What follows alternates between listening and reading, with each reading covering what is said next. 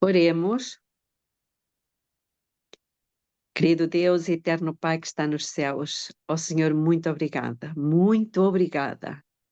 porque o Senhor está a conduzir os nossos passos, as nossas vidas, e o Senhor tem o seu tempo para todas as coisas, o mesmo Espírito está atraindo outras pessoas, falando-lhes da mesma forma, preparando um exército para os tempos que se avizinham.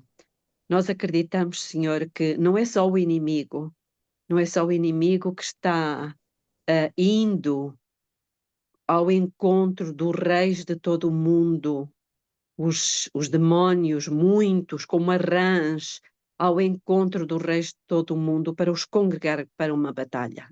Não é só. O Senhor Deus, o Criador dos céus e da terra, também está preparando um exército e nós acreditamos e queremos fazer parte desse exército, acreditamos que somos nós também para terminar esta obra de uma vez por todas. Estamos fartos de estar aqui, Senhor. Estamos desejosos de ir para casa. E queremos muito que Jesus volte. Ok. Por isso, nós suplicamos que o Senhor, pelo seu Espírito, conceda a graça do Miguel nos trazer toda esta luz, mas nós que estamos aqui a receber a mensagem, que não o façamos de uma forma pacífica, mas que tomemos consciência de que esta pode ser a última oportunidade que nós temos de alicerçar este conhecimento e de nos prepararmos para, antes das coisas acontecerem, nós podermos estar munidos de elementos para falar aos outros que elas vão acontecer. Amém. Que o Senhor nos abençoe, que abençoe grandemente o Miguel, que nos dê um momento cheio de poder agora, aqui, esta manhã, e que nos ajude a levar as coisas muito a sério. Eu lhe suplico humildemente em nome de Jesus. Amém. Amém.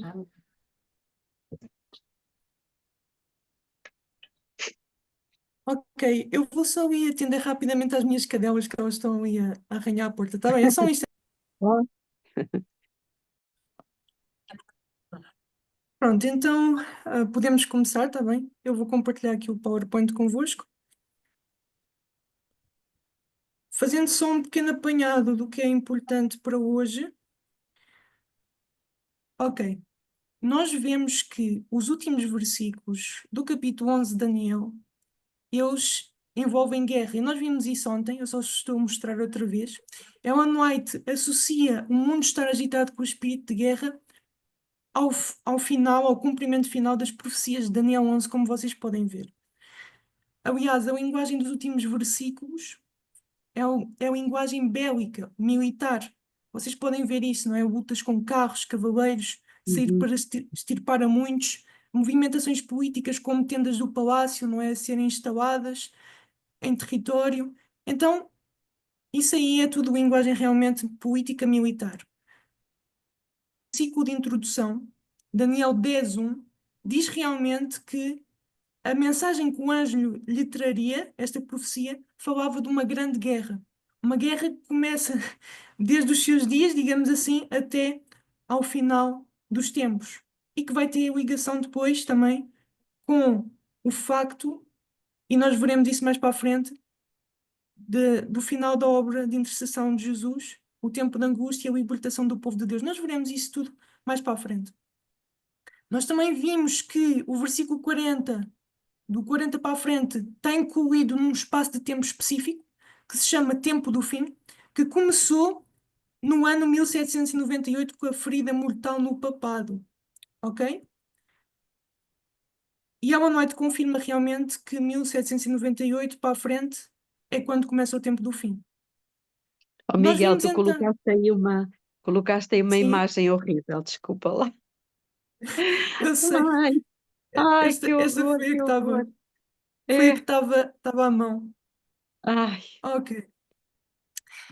Para nós analisarmos então os versículos, estes últimos, né, do 40 para a frente, temos de ter em conta algumas coisas, isto eu também mostrei ontem, que temos de olhar a partir de 1798 para o cumprimento histórico. temos de olhar para a região do Mediterrâneo Oriental e vocês perguntam-se porquê. Lembrem-se, Rei do Norte e Rei do Sul, eles, a partir do versículo 16, desaparecem, basicamente. Mas eles voltam aqui nestes últimos versículos. E o Uhum. Rei do Norte e o Rei do Sul estavam instalados nesta região. Ok? Rei do Norte e Rei do Sul estavam ligados com a divisão do Império de Alexandre. Está bem? 3. O que é que nós temos de ter em consideração também? Obviamente que temos de olhar para esses versículos finais e ver o cumprimento histórico tem de estar de acordo com a descrição do verso, mas isso é senso comum. E por fim, também algo que é de senso comum é que se o versículo foi cumprido no passado, nós não esperamos um cumprimento futuro. Ok? As profecias de Daniel não são de cumprimento duplo. Ok, então vamos para a parte que nós ficámos ontem por estudar. Que é o seguinte, vamos abrir as nossas Bíblias em Daniel 11:40. Eu ia pedir a alguém que pudesse ler, está bem? Daniel 11:40.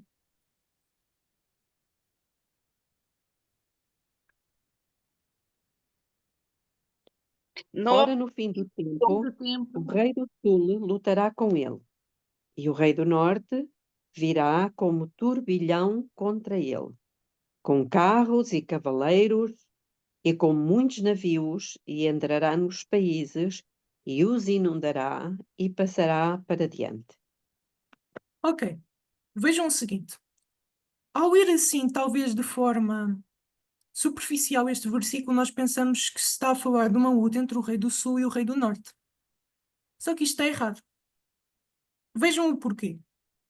O versículo, eu sei que existem algumas versões modernas que já alteram o significado do texto, que dizem mesmo assim: o rei do sul lutará com o rei do norte, o rei do norte lutará com o rei do sul. Mas isso está errado, ok? Essas versões estão erradas.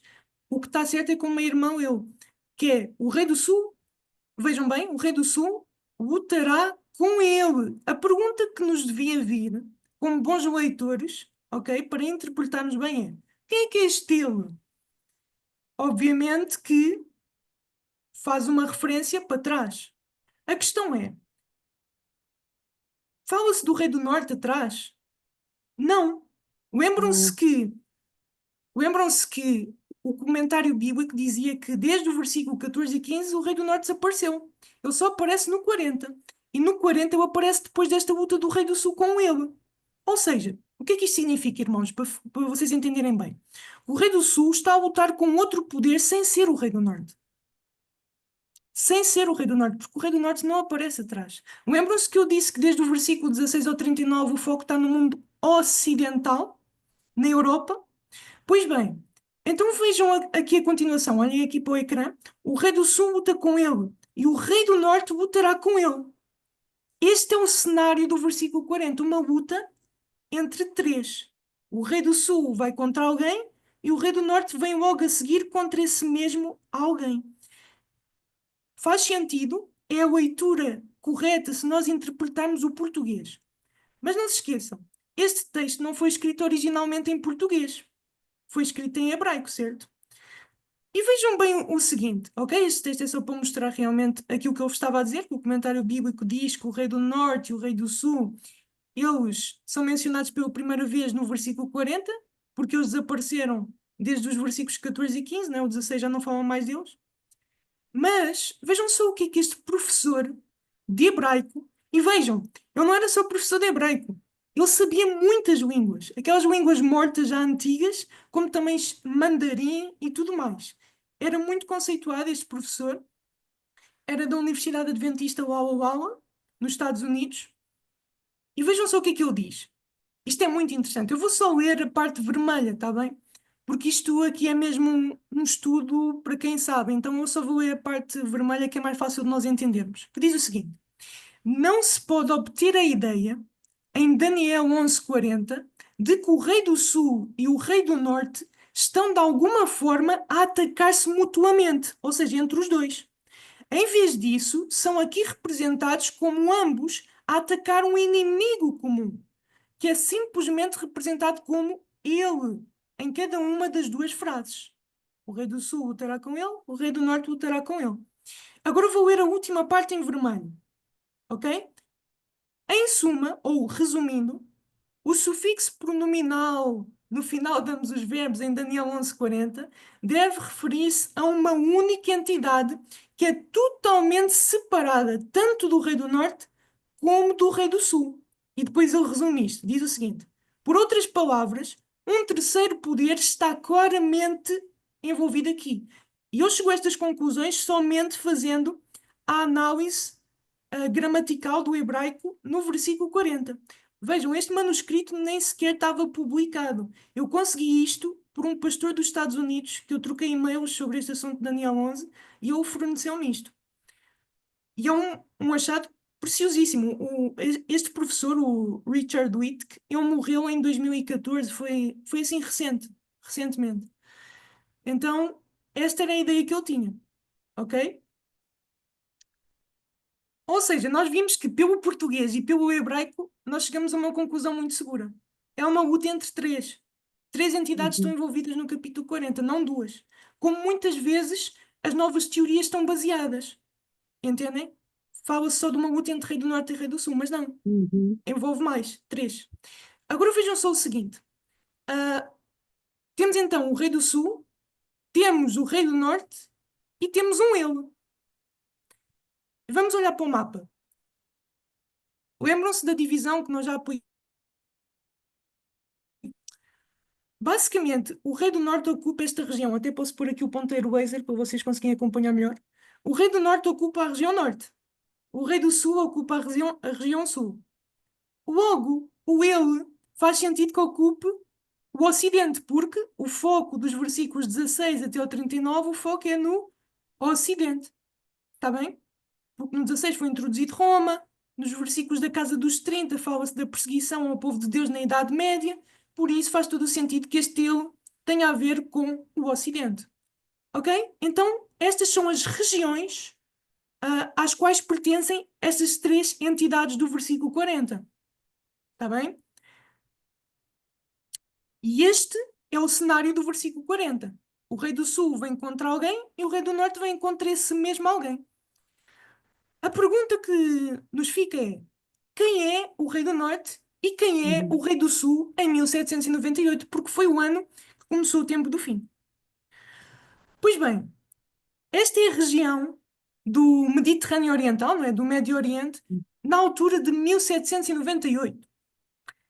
Basicamente, quem dominava, como vocês podem ver aqui a vermelho, toda esta zona a vermelho, era o Império Otomano, ok? O Império Otomano, ou para ser mais fácil, para reconhecermos mais facilmente, os turcos, está bem?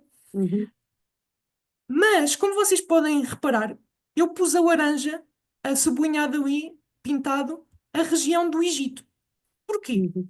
Porque nessa altura, o Egito, apesar de ser nominalmente, na teoria, uma província do Império Otomano, estava a ser governado por um grupo que se revoltou, um grupo chamado os Mamelucos, ok? E Uhum. tem aqui algumas informações históricas, como vocês podem ver aqui.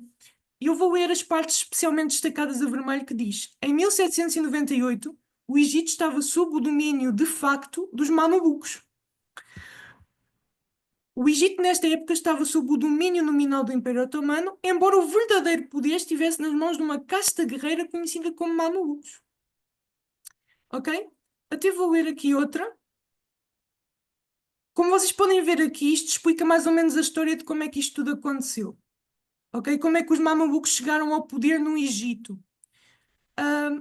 Basicamente, eles dominaram o Egito ali em 1786, só que os otomanos vieram, tiraram-nos do poder. Em 1791 eles voltaram. Então, em 1798 eles ainda estavam no poder, ou seja, no tempo do fim, os Mamelucos é que ainda governavam o Egito, em oposição ao Império Otomano.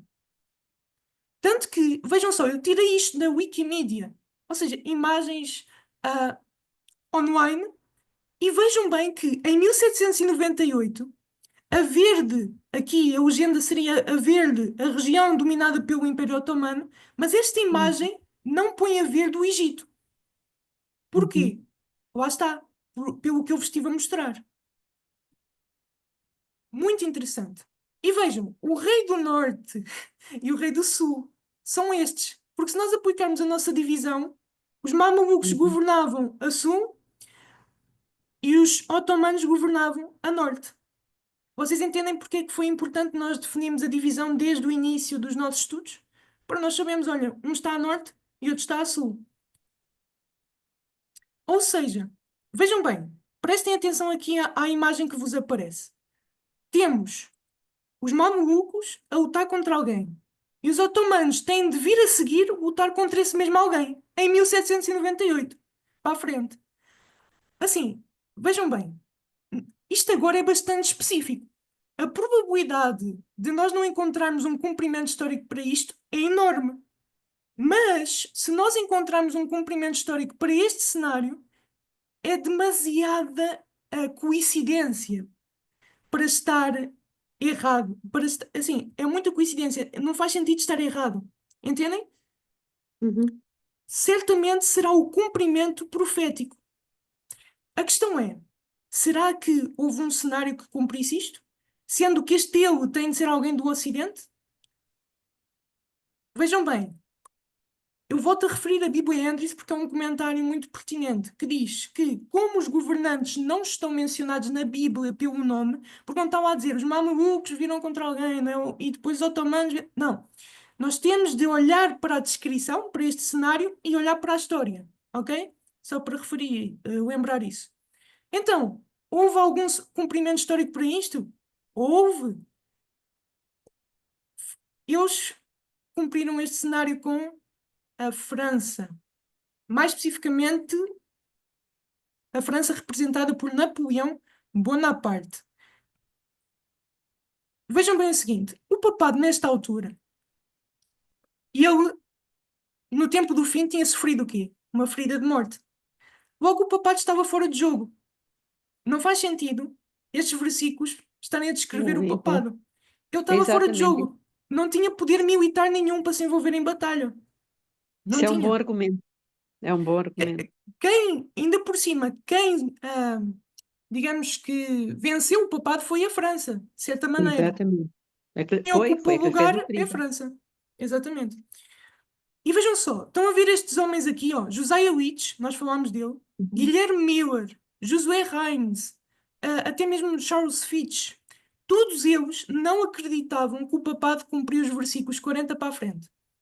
Uhum. Eles até divergiam-se nos versículos 36 até 39 se falava do papado, outros diziam que era a França, mas uma coisa eles todos concordavam: do 40 para a frente não é o papado. Aliás, eles Uhum. até concordavam que era Napoleão, que era o ele do versículo 40. Engraçado. E realmente, nesta altura do tempo do fim, Napoleão ele ascendeu realmente muito na carreira militar. Ele tornou-se um grande general, um grande poderoso elemento na França e na Europa, no mundo ocidental, uma grande figura. E vejam, Napoleão realmente, ele era do Ocidente. Encaixa-se perfeitamente.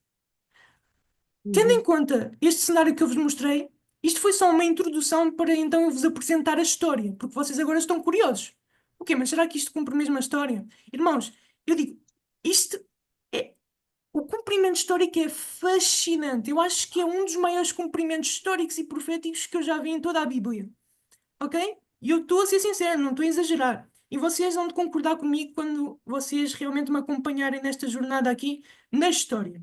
Vejam bem, ah, como é que isto tudo começou? Basicamente, o Napoleão foi ao diretório, que era o governo principal da França, e ele fez uma sugestão: invadir o Egito, ok? Fazer uma expedição ao Egito. E o diretório achou uma grande ideia, ok? Porquê? Isto tem uma citação toda, eu não vou estar a ler isto, nós não vamos perder muito tempo para ler as citações por inteiro, mas, tirando aqui a ideia do Napoleão é: vamos pelo Egito, chegamos até às Índias e cortamos o comércio dos ingleses, porque os ingleses eles dependiam também do comércio nas Índias. Então cortamos, porque vejam, os franceses e os ingleses eram inimigos. Então a ideia de Napoleão era passar o Egito, chegar às Índias, cortamos o comércio e eles ficam todos acabados. Ok? Então, o que é que o diretório decidiu fazer? Nomear o Napoleão para essa expedição ao Egito. Ok? A citação diz o seguinte: em março de 1798, o nomeou Napoleão Bonaparte como chefe do exército do Oriente. E ele imediatamente começou a preparar uma força expedicionária na base naval de Toulon, na França. Então ele foi para o Egito. Isto é a história. E agora é que começa o cumprimento profético. Porquê? O versículo 40 diz: e no tempo do fim, o rei do sul lutará com ele. Em 21 de julho de 1798, houve o primeiro embate entre franceses e mamelucos. Vocês podem acompanhar as datas no canto inferior direito aqui da imagem, está bem? A verde, ali. Vejam bem aqui as citações históricas. Ao saber da captura francesa de Alexandria, porque o Napoleão foi lá para Alexandria, no Egito, primeiramente, instalou-se lá. Os mamelucos, que eram os donos do Egito na altura, ficaram com medo. Não só com medo, mas ficaram zangados por saber que os franceses estavam ali. Então, vou ler o que está a laranja ali em cima. Murad Bey, um dos líderes mamelucos, prometeu que cortaria as suas cabeças como melancias nos campos. Viram só a linguagem, né? Os mamelucos realmente estavam assim dispostos a ir contra os franceses. A segunda citação diz: em 21 de julho, um grande exército mameluco atacou as tropas de Napoleão, na Batalha das Pirâmides. Os franceses posicionaram-se em grandes quadrados para resistir a repetidas cargas de cavalaria em massa e obtiveram uma vitória decisiva. Eles ocuparam o Cairo no dia seguinte. Ou seja, realmente, como podem ver aqui, tem outra também. Diz que os mamelucos queriam chutar o invasor, que eram os franceses, não é? E atiraram-se sobre eles com uma carga insana. Ou seja, isto cumpre a primeira parte do versículo 40 que diz: o rei do sul lutará com ele. E isto tudo aconteceu no tempo do fim, 1798. Ok, mas lembrem-se, o versículo não acaba por aí. Porquê? Porque diz que o rei do norte viria a seguir, lutar contra esse mesmo alvo do rei do sul. E agora vejam bem a história. Passado alguns meses só, no dia 11 de setembro de 1798, o sultão otomano declara oficialmente guerra à França. E eu vou ler esta citação que diz: essa retórica do discurso de Napoleão após conquistar o Egito provocou uma resposta ácida de Constantinopla, que era a capital do Império Otomano. O sultão não apenas se recusou a reconhecer o exército francês como seu aliado, em setembro ele declarou formalmente guerra à República Francesa, ao Diretório.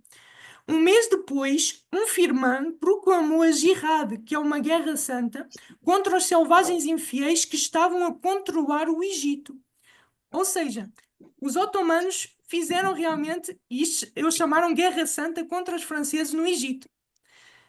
Isto está de acordo com a História Universal, ok? Isto é uma enciclopédia, História Universal, que diz o seguinte: Selim, que era o nome do sultão, do imperador otomano, não é? Selim respondeu aliando-se com a Rússia e a Inglaterra. Ou seja, os otomanos iam atacar os franceses, mas não iam atacar sozinhos. Eles decidiram unir-se à Rússia e à Inglaterra, que haveriam de ser também importantes aqui neste contexto. Ok. O que é que aconteceu a seguir? O Napoleão recebeu então essa informação de que os otomanos viriam atacá-lo. E ele ficou preocupado. O Napoleão ficou a saber que vinham dois exércitos, um por mar e outro por terra. E o Napoleão decidiu não perder tempo. E agora eu peço que vocês prestem muita atenção. Eu vou pedir que vocês decorem isto. Fiquem com isso na vossa mente porque vai ser preciso nos relembrarmos deste detalhe mais para a frente, que é o seguinte: o Napoleão, ele decidiu não ficar à espera dos exércitos otomanos, mas ele decidiu avançar contra eles. E ele passou por onde? Pela terra de Israel. Ele foi conquistando terras na terra de Israel, terras bíblicas. Ok? Então a questão é, não se esqueçam disto, porque vamos retomar este ponto mais à frente. Ele passou e conquistou terras em Israel. Prometem-me que fixam isto? Pronto. Diz aqui realmente que o Napoleão foi avançando para a Síria e ele passou por Israel, não é?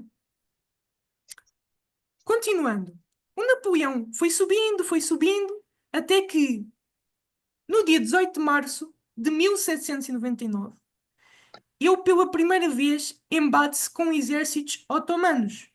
No forte, vocês não precisam decorar o nome, mas o forte chamava-se Saint-Jean-d'Acre, ok? Ali mais ou menos Sim. onde está o pontinho vermelho. E vejam, na Bíblia, realmente nós já vimos que o versículo 40 se cumpriu. Quando diz assim, o rei do sul lutará com ele, foi os mamelucos contra os franceses. O rei do norte se levantará contra ele, foi os otomanos que realmente vieram a seguir e lutaram contra os franceses. Até aqui está tudo realmente um cumprimento muito bom da profecia.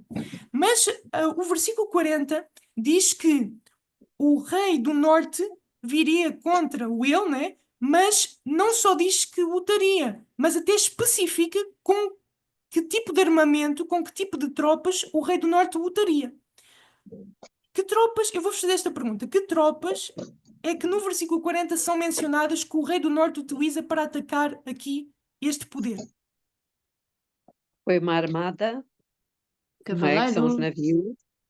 navios, uhum, carros. Navios, Na época carros. parecia canhões, se não me engano. Nós já vamos ver isso, sim. E mais, falta um. Navios, carros e E cavaleiros. Canhões. cavaleiros. Ok. Então, navios, carros e cavaleiros. Vamos ver então o cumprimento histórico disso. Os otomanos, vejam, eles tinham, na altura de 1798, uma grande marinha, ok? A marinha otomana, que só perdia para a marinha francesa e inglesa. Era uma grande marinha na altura. E é engraçado que esta segunda citação aqui diz que a marinha otomana participou em todas as grandes campanhas no Levante ou no Oriente. E entre que anos? 1798 e 1801. Com que objetivo? Apoiando os russos e mais tarde os britânicos na sua tentativa de impedir a crescente influência francesa na região. Irmãos, isto são citações que, vejam só, tudo o que eu vos estou a mostrar aqui são citações de sites, ok, do século XXI. O século XXI comprova a Bíblia. A Bíblia que foi Uhum. escrita há milhares de anos atrás, ok? Há 2500 anos atrás foi feita esta profecia. Ou seja, isto também nos deve voltar a atenção para o facto de que Deus, Ele Ele é verdadeiro, Ele existe, ok? Deus, na sua palavra, revelou-se para nós. A sua palavra é verdade. E nada melhor para nos fortalecer a fé do que as profecias. Mas pronto, continuando. Realmente, os otomanos eles usaram a sua marinha contra os franceses. Vejam, a história universal diz que as frotas russas colaborando com os otomanos, as frotas aliadas inglesas e otomanas, não é? Foram contra os franceses. Tem aqui outras informações, ok? Diz que os ingleses eles tiveram um papel preponderante, muito importante, não, peço desculpa, ajudando os otomanos ali no forte de Saint-Jean-d'Acre, porque os Uhum. franceses eles cercaram esse forte e eles apoiaram. Vejam só, estão a ver esta imagem aqui da direita? Isso é o forte de Saint-Jean-d'Acre, a planta, não é? E aqui estão os navios ingleses, ok? A dar suporte. É engraçado. E vejam, tem aqui mais citações, isto são milhares de citações históricas que nós poderíamos buscar, ok? A dizer que as forças navais britânicas ajudaram ali. Outra que diz que a frota britânica, não é? Apoiou ali. Mas eu acho que esta aqui é a mais importante de todas. Porquê? Porque o contexto disto é o seguinte. Lá no Forte de Saint-Jean-d'Acre, tanto os franceses como os otomanos estavam à espera de ajuda pelo mar. E viram-se ao longe frotas, navios. E ambos os grupos ficaram a pensar, mas são frotas francesas ou otomanas, não é? Os ingleses, os barcos ingleses que estavam ali ao pé do forte, foram fazer uma patrulha, não é? Uma busca para saber realmente que frotas eram aquelas. E eles descobriram que, eu vou ler a parte azul destacada, não é? Os corações dos franceses afundaram-se quando viram as duas esquadras unirem-se, ou seja, as inglesas e as que estavam a vir. Porquê? porque as que estavam a vir tinham um crescente otomano, ou seja, eram frotas otomanas, eram navios otomanos, ok? Unidos ao estandarte inglês, aproximaram-se das estradas de Acre. Pouco depois, uma frota de 30 velas turcas entrava na baía com 7.000 homens e muita artilharia e munições. Estão a ver? Ou seja, e temos mais citações. Isto aqui, o que não faltam é citações. Uma grande flotilha de navios ingleses e otomanos. 100 navios otomanos. Isto aqui representa o quê? O que a profecia chama dos muitos navios. Muitos navios. Ok? Ou seja, o anjo Gabriel informou a Daniel exatamente como seria esta luta entre franceses e otomanos. Podem vir a seguir os cavaleiros. Como é que isso se cumpriu no contexto da invasão lá do Napoleão? Vejam bem estas citações. Lá em cima, diz que enquanto Napoleão estava a fazer o cerco ao forte de Saint-Jean-d'Acre, onde estavam os otomanos, aquele exército otomano que tinha sido enviado inicialmente chegou. E esse exército, ele tinha 35.000 homens, sendo 25.000 deles de cavalaria. O que é que diz a profecia?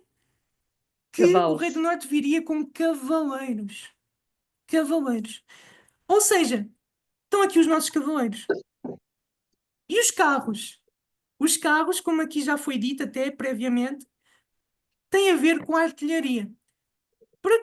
Para quem não sabe, nessa altura, no final do século XVIII, né, 1798 por aí, a artilharia até era puxada por cavalos e carros. Ok? Os canhões estavam em carroças, puxadas por cavalos. Era o que se chamava artilharia a cavalo.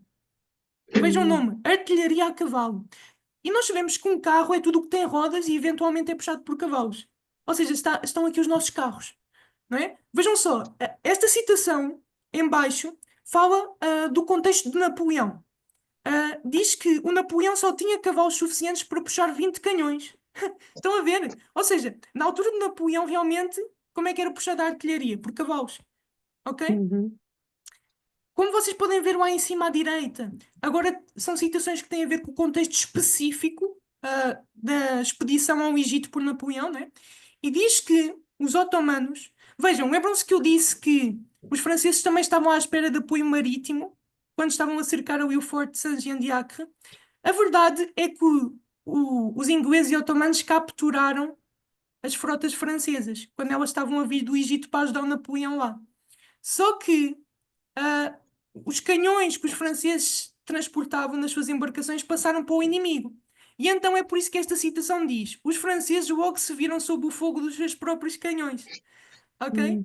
Ou seja, levaram com os seus próprios canhões, porque foram capturados pelo inimigo. E depois, obviamente, que o inimigo...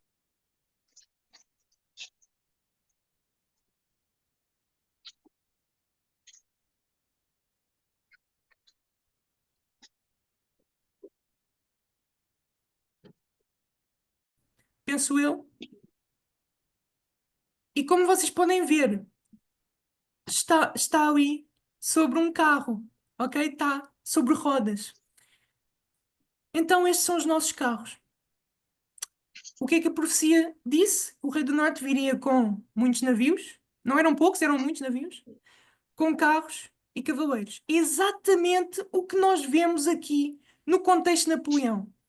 Isto aqui é demasiada coincidência, ok? Isto aqui, na realidade, é o cumprimento profético. Entendem? Ou seja, o que é que nós vemos a seguir? O que é que o versículo 40 diz? Venham ler aqui comigo. O versículo 40 diz que, ok, o rei do norte viria com carros, cavaleiros e muitos navios, e diz que entrará nas suas terras e as inundará e passará. Ou seja, quem venceria o conflito entre o rei do norte e este poder seria, de facto, o rei do norte. Porque o rei do norte, ele vai, inunda, passa, ou seja, linguagem vitoriosa. Ok?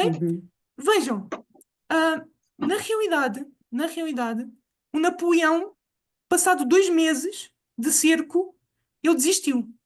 Desistiu. Ok? É o que nos diz a história. Relutantemente, Napoleão aceitou a derrota e começou a longa retirada de volta ao Egito.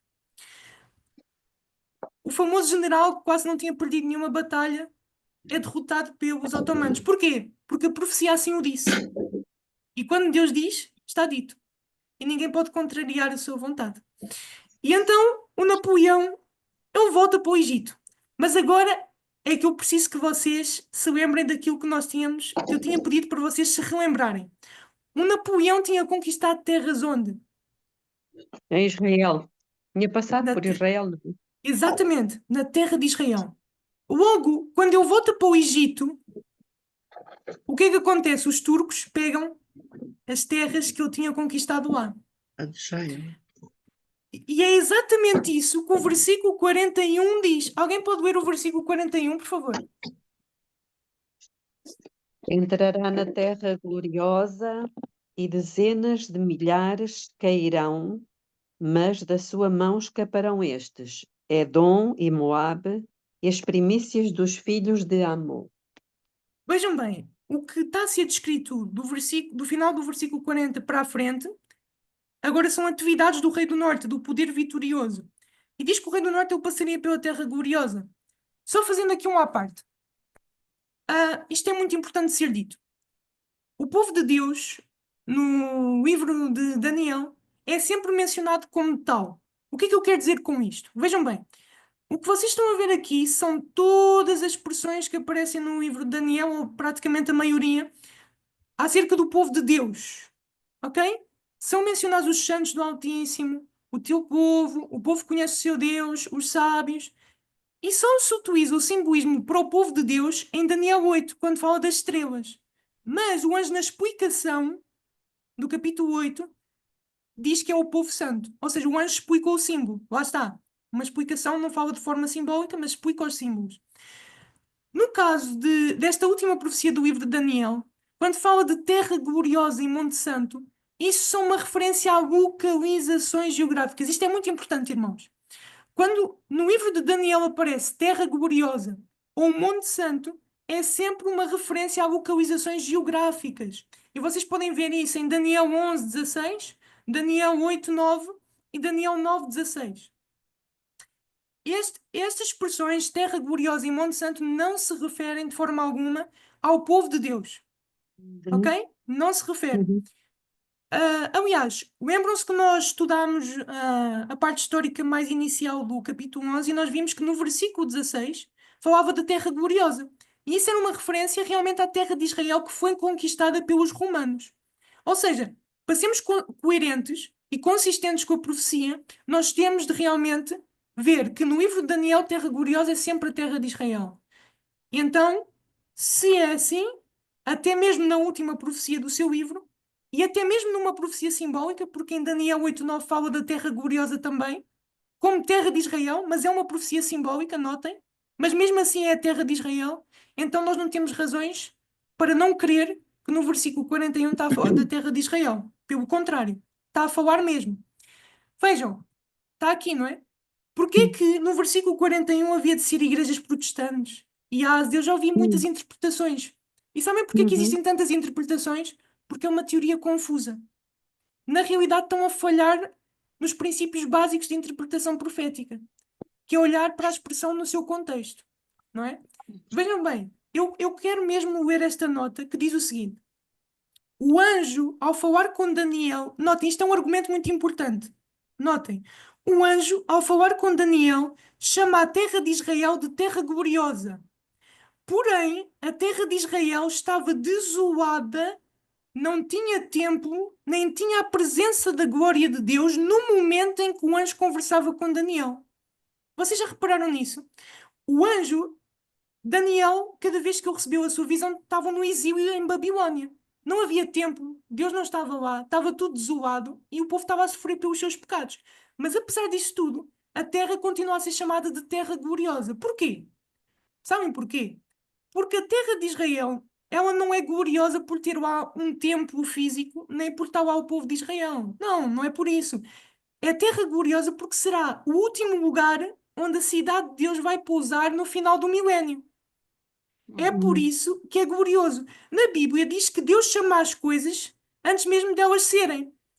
A terra é uma terra gloriosa simplesmente porque Deus escolheu aquele sítio para, no final do milénio, estabelecer lá a nova Jerusalém.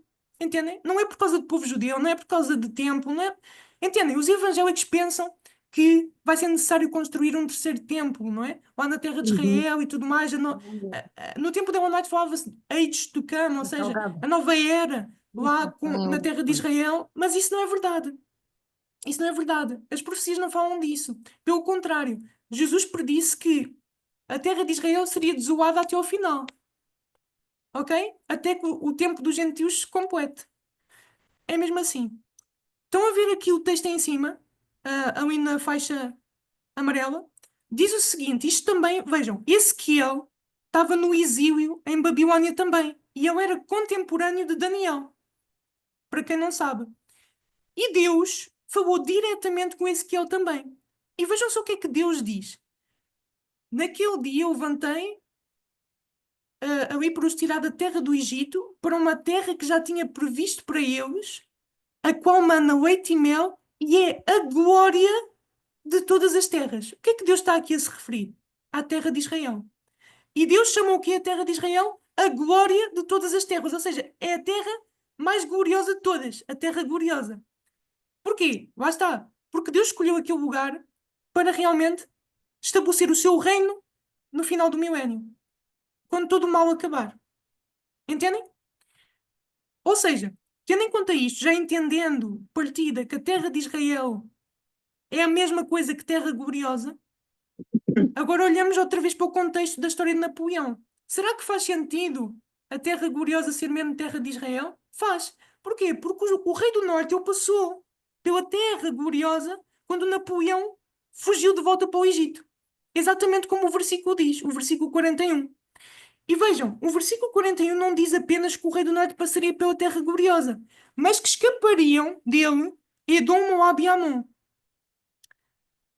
É engraçado, só fazendo aqui uma à parte, que muitos franceses foram mortos enquanto fugiam pelos otomanos. Os otomanos, eles foram massacrando aqueles que ficavam pelo caminho. Ok? Muitos cairão, não é? Edom, Moab e Amon são aqui estas terras que estão a ver circundadas aqui o vermelho que eu pus. Amon, Moab e Edom. Vocês sabem que no contexto da expedição de Napoleão, os otomanos eles passaram junto à costa, junto ao mar. Não passaram pela região, a atual região que conhecemos, né, como Jordânia. Ou seja, a região de Edom, Moab e Amon. Essas Sei regiões que eles escaparam. escaparam. Pois. Exatamente. Escaparam porquê? Porque os otomanos, ao perseguirem os franceses, não passaram por aí. Entendem? É simplesmente isso. Eu fiz aqui uma tradução mais ou menos literal do hebraico, porque hoje em dia quase qualquer um pode saber hebraico, ainda aquelas interlineares, não é? Aquelas sites e apps. É mais fácil hoje em dia. E é engraçado que nós vemos o seguinte: entrará na terra gloriosa e muitas, está no feminino plural, muitas cairão. Ou seja, muitas terras, ok? Aquelas terras que Napoleão tinha conquistado ali naquela zona foram outra vez para a mão dos turcos.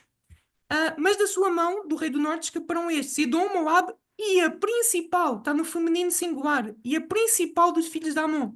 Ou seja, a principal terra, a principal cidade. Ou seja, o que eu quero dizer com isto é que o contexto do versículo 41 está a falar essencialmente de territórios, de terras. Ok? Não de nações especificamente ou de povos, mas mais de territórios. E é engraçado que, pronto, nós vemos realmente isto. Esses territórios de Edom, Moab e Amon não foram afetados quando os turcos passaram. Alguém pode ler então o versículo 42 na sequência, por favor? E estenderá a sua mão contra os países e a terra do Egito não escapará. Ok. Continuar a falar do Rei do Norte. A terra do Egito não escapará. Vejam aqui a sequência. O Napoleão, ele abandonou o Egito, deixou só algumas tropas lá. Ele voltou para a França.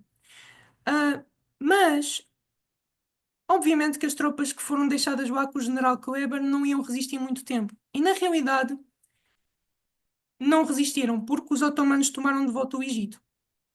Entre os anos 1801 e 1802.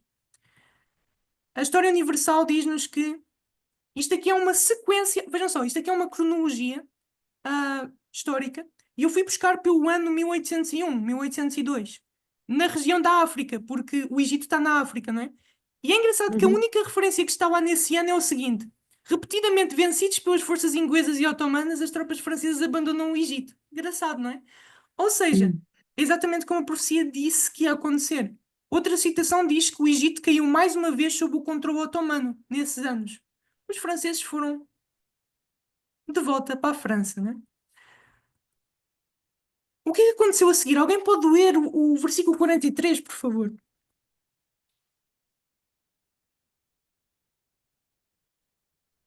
Apoderar-se-á dos tesouros de ouro e de prata e de todas as coisas preciosas do Egito, os líbios e os etíopes o seguirão. Para ser sincero, irmãos, ah, esse é o versículo que eu acho que, assim, o cumprimento histórico é fantástico também. Porquê? Diz que o rei do norte se apoderar-se-ia, não é, dos tesouros do Egito. Ou seja, os otomanos iam se apoderar da riqueza, não é, da economia do Egito. Vejam bem, ah, eu não vou ler toda a citação, mas basicamente, quando os franceses eles se retiraram do Egito, houve um período ali mais ou menos de turbulência para ver quem realmente dominaria o Egito, mas os otomanos depois estabeleceram lá Mohamed Ali Pasha como o Uhum. governante do Egito. E o Mohamed Ali Pasha, vejam bem, ele diz que fez tremendos roubos no Egito, expoliação. Aproveitou-se da população do Egito para conseguir enriquecer ali e tomou conta, apoderou-se da economia do Egito. Ele confiscou propriedades, e toda a terra do Egito passou a partir de então para ele. Ok? Eu até vou mostrar citações mais diretas. Isto eu atualizei esta semana, desde a última reunião que eu tive convosco. Uh, Mohamed Ali nacionalizou todas as terras do Egito, não é? Possuindo oficialmente toda a produção da terra. E pronto, continuo aqui a falar, não vou ler tudo. Existem umas mais simples, como estas, que dizem o seguinte: na prática, a reforma agrária de Muhammad Ali equivalia a um monopólio do comércio do Egito, apoderar-se-á dos tesouros e todas as coisas preciosas do Egito. Muhammad Ali tornou-se assim, efetivamente, o único proprietário de terras no Egito, como um monopólio sobre o comércio. Ou seja, o que é que o versículo 43 dizia? Apoderar-se-á, por outras palavras, da Sim. economia do Egito. Exatamente o que aconteceu, irmãos. Exatamente. E será que isto é coincidência só? Ou será que isto é o firme cumprimento profético confirmado pelo Ellen White, que faz parte da questão oriental? Vejam bem, esta parte é uma parte que é incrivelmente, assim, para mim, uau, é uma parte que é muito interessante. Tem um cumprimento também incrível, tendo em conta esta sequência toda. Porque no final do versículo 43 diz que os Os juíbios e os etíopes o seguirão. etíopes.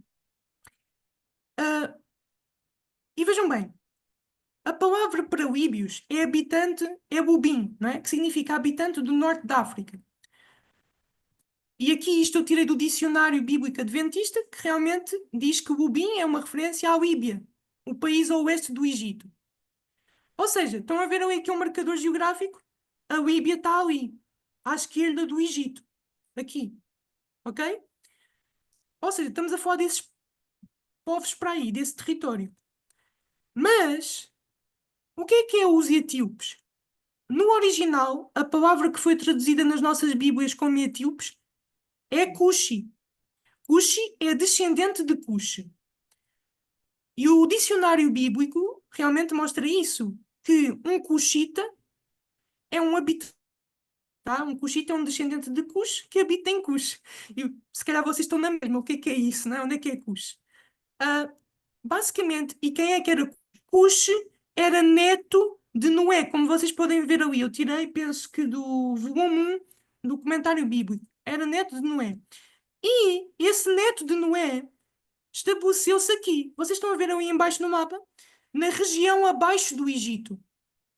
Essa era a região de Cush. Ou seja, vejam, eu também pesquisei isto na Enciclopédia Britânica e eles mostram que Cush realmente está aqui abaixo do Egito. Oh, Ok? oh, oh, Miguel, Sim, então irmã. era daí que era Zípora. Exatamente. Ela era Cuxita. Exatamente. Exatamente. Faz todo o sentido. Ok? E o dicionário bíblico diz-nos realmente que Cush, correspondente à Núbia, não é? É o atual Sudão. Atual Sudão. E vejam, vários sites escolares mostram que Cush é uma região abaixo do Egito. Vocês estão a ver aqui na imagem, certo? Vários sites. Eu fiz o favor de pôr aqui todas as imagens dos sites. Cush é uma região abaixo do Egito. Posso fazer uma pergunta? Sim. Eu já ouvi dizer que no passado o Sudão ele foi praticamente ele era composto por adventistas do sétimo dia. É uma boa pergunta. Eu não sei particularmente. Mas Diz. é verdade que os povos da África, eles não sofreram tanta influência do papado na Idade Média. Uhum. Por isso, não sei. É provável que na África também se encontrem muitos guardadores do sábado, ou se encontrassem, né? Diz que maioritariamente a maioria da população do Sudão era adventista, podia-se considerar o país como sendo adventista. Pois, interessante. Ah, eu vou saltar esta parte aqui porque é só para explicar porque é que nas nossas Bíblias aparece etíopes. Isso tem a ver com uma questão de tradução, ok? É uma palavra grega que foi evoluindo e se tornou etíopes, mas não tem a ver necessariamente com a Etiópia moderna, ok? Uhum. Ou pelo menos não está exclusivamente ligada à Etiópia moderna, está associada também ao Sudão, que é logo abaixo do Egito. É só para explicar isto, eu não vou complicar muito isto. Ok. Ou seja, resumindo, o versículo 43 está a falar destas duas regiões, destes dois povos. Os povos estão a oeste do Egito e abaixo do Egito, Líbia e Sudão. E diz que esses povos seguiriam os passos do Rei do Norte, indicando basicamente que o Rei do Norte iria liderá-los. Essa é a figura do linguagem, eles se tornariam servos submissos ao Rei do Norte. A pergunta é, na história nós vemos isso. Vejam bem, a Líbia, vejam esta citação histórica. Isto é impressionante. Isto é impressionante. Diz que a Líbia experimentou um governo autónomo. O que é que significa autónomo? Independente. Ok? De 1711 a 1835. Porquê? Porque em 1835 os otomanos aproveitaram uma disputa que estava a ocorrer lá na Líbia para restabelecer o controlo da região. E eles passaram a governar ali por oficiais de Constantinopla, da própria capital dos turcos. Ok? A Líbia foi então sujeitada, dominada pelo Rei do Norte. Passou a ser governada pelo Rei do Norte. E tem outras citações aqui, né? Esta aqui é mais específica para explicar o contexto. Era uma dinastia Karamawi que governava ali a Líbia, mas que no ano 1000 finalmente os otomanos restabeleceram o controle e passaram a governar a região da Líbia. Quanto ao Sudão, temos aqui outra citação, vejam bem. Os otomanos, representados pelo Egito de Muhammad Ali, conquistaram o Sudão no início do século XIX, ou seja, 1800 e tal, o que marcou a era como Turquiar, governo turco. Sob o Turquiar, a escravidão sudanesa foi logo abolida como parte das reformas Tanzimat e a economia do Sudão começou a melhorar. Temos outras citações, esta aqui eu não vou ler tudo, obviamente, mas que mostram o quê? Que realmente o Sudão foi invadido pelas tropas otomanas. E a partir daí começaram a ser governados, o Sudão passou a ter reformas pela parte dos otomanos, ok? Começou a ser influenciado e governado pelos otomanos. Esse é o facto histórico da coisa. O que é que a Bíblia nos diz? Que realmente tanto a Líbia como o Sudão iam ser liderados pelo Rei do Norte. Será que isto é coincidência? Porque assim, os versículos parece que alguém estava a registar toda esta história, certo? E pôs na ordem certa com os eventos pormenorizados. Será que ninguém consegue ver que isto é muito mais do que simples coincidência? E para acabarmos, porque eu sei que já passámos do horário até, mas eu penso que nós possamos só acabar com isto para nós podermos então deixar para o próximo estudo, que é o seguinte. Alguém pode ler o versículo 44, por favor? Para acabarmos. Mas os rumores do Oriente e do Norte o espantarão, e sairá com grande furor para destruir e extirpar a muitos. Ok. Continua a falar do Rei do Norte. E diz que rumores do Oriente e do Norte o espantariam ou o assustariam. Vejam bem, se nós aplicarmos a nossa divisão, para nós, porque estamos a falar outra vez das direções geográficas, não é? Sabemos que o Rei do Norte está aqui, vejam, na parte destacada a azul, ok? Ou seja, norte e este, estão a ver, ali a vermelho, seriam de onde viriam as ameaças para o Rei do Norte, ok? Que nós estamos a ver que o Rei do Norte está associado, basicamente, no contexto histórico, aos turcos otomanos, que governavam ali a região norte, do original Rei do Norte, está bem? Neste tempo. Então vejam bem, como é que isto se cumpriu? Estão a ver esta imagem? É muito interessante. Diz o seguinte: imaginem a Rússia como um grande urso com a sua língua a lamber as águas do Mar Negro, enquanto a sua pata direita alcança o Mediterrâneo por cima do moribundo Império Otomano, ou seja, por norte do Império Otomano, a sua pata esquerda alcançou o sul em direção às passagens montanhosas do Afeganistão. Ou seja, estão a ver a pata esquerda do urso? Corresponde a este do Império Otomano, tendo como ponto de referência o Rei do Norte. Norte e este. Ó Miguel, Sim, essa pata, essa pata parece que são as conquistas da Rússia neste momento, exatamente. relativamente aos territórios da Ucrânia. Isso é muito interessante. Isso é um aspecto que nós poderemos talvez falar mais tarde. Mas sim, a Rússia sempre teve ambições com relação a estes sítios. Tanto que, vejam, aqui são citações históricas a mostrar mais ou menos o que é que seriam essas patas do urso, né? A que passa a norte do Império Otomano e a que passa a oriente.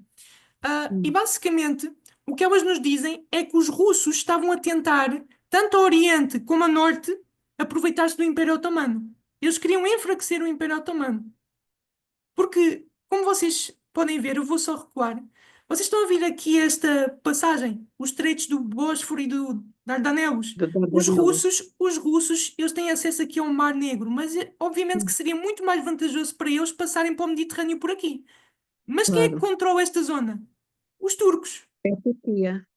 Então, o objetivo dos russos foi sempre: vamos acabar com os otomanos, porque assim vamos poder ter acesso a todo o Mediterrâneo e ser uma grande potência naval.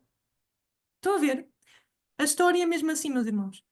Ah, vejam só, quem era o governante na Rússia nesta altura era Nicolau I. E Nicolau I, vejam, isto é uma citação que eu tirei de um site de história, que diz que o czar Nicolau I estava a tentar expandir a sua influência sobre o Médio Oriente, ou seja, a região do Império Otomano, Hum. às custas do declínio do Império Otomano. Ou seja, o Nicolau I estava assim: vamos aproveitar-nos que o Império Otomano está a tornar-se decadente para atacarmos, não é? Como um urso a atirar sobre a sua presa, não é? Hum. Daí é que vem aquela expressão, o homem doente do Oriente. Era essa expressão que estava associada ao Império Otomano, porque nesta altura, e agora estamos nos anos próximos da segunda metade do século XIX, o Império Otomano estava a decair. Isso vem em correspondência com a profecia de Apocalipse 9, a sexta trombeta, que diz que em 1840 os otomanos perderiam o quê? A sua supremacia. Iam começar a decair, né? Iam estar submissos às potências europeias. E realmente, estamos agora a lidar aqui com 1850, que é depois disso, e realmente os otomanos estão o homem doente do Oriente. A sua supremacia já não eram os otomanos daquela altura, não é? Ou seja, tudo harmoniza-se. É engraçado, não é? Mas pronto, esta citação eu descobri no fim de semana e eu gostava de vos mostrar, que diz o seguinte: as suas guerras da Rússia, não é? Com a Turquia, foram travadas para ganhar influência nos Balcãs otomanos, ganhar o controle dos estreitos dos Dardanelos e Bósforo. Ou seja, eu até pintei a rosa para vocês associarem à pata direita do urso, né? Que passa a norte, e expandir-se para o Cáucaso, que é a pata do Oriente, do Império Otomano, ok? Os russos estavam realmente... O único objetivo deles era isto: conquistar a norte do Império Otomano e a Oriente, para de alguma forma conseguir atacar então o Império Otomano. Este ponto é muito importante. O que é que o versículo 44 diz? Rumores do norte e do oriente os espantarão. Porquê? Vejam bem, chegou uma fase, e estamos no ano 1853, em que os russos tomaram uma atitude agressiva. Eles tomaram estes territórios que eram do Império Otomano, que são os principais da Moldávia e da Valáquia. Ok? Está aqui uma grande citação histórica, mas eu só vou ler a parte rosa, que diz: os muçulmanos na Turquia temiam abertamente uma invasão russa de Constantinopla, a capital do Império Otomano. E a reconversão da Hagia Sofia, que era uma mesquita lá no Império Otomano, na capital, em uma catedral, uma igreja ortodoxa. E em setembro, protestos em massa na Turquia clamavam por uma guerra santa. Os medos turcos sobre a Hagia Sofia não eram infundados. Um proeminente jornalista russo escreveu na época: como cristãos ortodoxos, devemos preservar a Igreja Oriental e devolver a Hagia Sofia à sua cruz ecuménica. O que é que isto significa? Vocês estão a ver que a citação histórica está a pegar exatamente nas palavras do texto bíblico, está a dizer: o perturbarão, porão medo nele, basicamente. Ou seja, esses rumores, essas movimentações da Rússia iam provocar medo, perturbação no Rei do Norte, nos otomanos. E aqui está a dizer exatamente isso. Exatamente isso. Os turcos estavam com medo. E não só estavam com medo. O que é que diz a segunda metade do versículo 44? Diz que o Rei do Norte, então, sairá com grande furor para destruir e extirpar a muitos. Vejam bem. Vejam bem. O sultão otomano tomou uma decisão radical. Porquê? Porque em outubro de 1853 a Turquia declarou guerra à Rússia e contra-atacou as forças russas. Vejam, só para vocês terem um termo de comparação. É o mesmo que hoje em dia Portugal decidisse lutar contra os Estados Unidos. Ou o Brasil, não é? Temos aqui irmãos também brasileiros. É o mesmo que o Brasil tentasse lutar contra os Estados Unidos. Não faz sentido. Os Estados Unidos é uma grande potência militar. E então é a mesma coisa, só que neste contexto. A Turquia estava decadente e ia atacar a maior potência na época, a Rússia. Mas vejam, o que é que motivou este império decadente, não é, que estava a ser o Império Otomano, a atacar um tão grande e poderoso império como a Rússia? A profecia, porque a profecia disse que realmente sairia com grande furor. E deu-se origem à Guerra da Crimeia. E a Guerra da Crimeia foi motivada, aqui diz a citação, realmente por essa política expansionista russa, tanto no norte como no oriente do Império Otomano. Vejam bem, só para vocês verem a brutalidade que foi essa guerra. Diz que os turcos abriram uma ofensiva contra os russos, atacaram os russos, não é? Mas esta aqui é a citação mais reveladora, que diz: isto foi uma pessoa na época, uma fonte primária histórica, ok? Foi alguém que visualizou a guerra e escreveu: os turcos lutam como demónios. Vocês, o que é que vocês acham? Lutar como demónios é lutar fofinho? Não. É lutar com fúria. O que é que o texto bíblico diz? Sairá com grande furor para destruir e extirpar a muitos. A guerra diz que milhares de vidas foram perdidas. 600 e 500 mil. E diz aqui que os russos foram os que sofreram mais perdas. Ok? O texto bíblico diz que sairá para destruir e extirpar a muitos. Esse é o cumprimento do versículo 44. Será que vocês conseguem entender agora porque é que Ellen White diz que o mundo está agitado com o espírito de guerra? A profecia do capítulo 11 de Daniel está quase a cumprir-se, quase alcançou o seu cumprimento final?